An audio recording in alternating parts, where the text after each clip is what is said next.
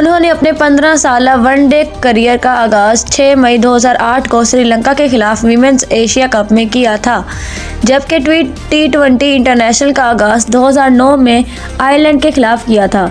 जवेरिया खान ने 228 बैनुल-अक़वामी मैचों में पाकिस्तान वीमेंस टीम की नुमाइंदगी की और 4,903 रन बनाए, जिसमें 2 सेंचुरियां और 25 निस्फ सेंचुरियां शामिल हैं। 28 विकेटें भी हासिल की। जवेरिया इस वक्त पाकिस्तान वीमेंस टीम के लिए वनडे और T20 में दूसरी सबसे ज़्यादा रन्स बनाने वाली खिलाड़ी हैं और बिस्मा मारूफ के अलावा हर फॉर्मेट में 2000 से ज़ायद रन्स बनाने वाली पाकिस्तान की वाहिद खातून क्रिकेट हैं। उन्होंने 50 ओवर्स के 4 वर्ल्ड कप 2009, 13, 17 और 22 और तमाम T20 वर्ल्ड कप 2009, 10, 12, 14, 16, 18, 20 और 23 में पाकिस्तान की नुमाइंदगी की। Javeria Pakistan women's team squad का भी हिस्सा थी।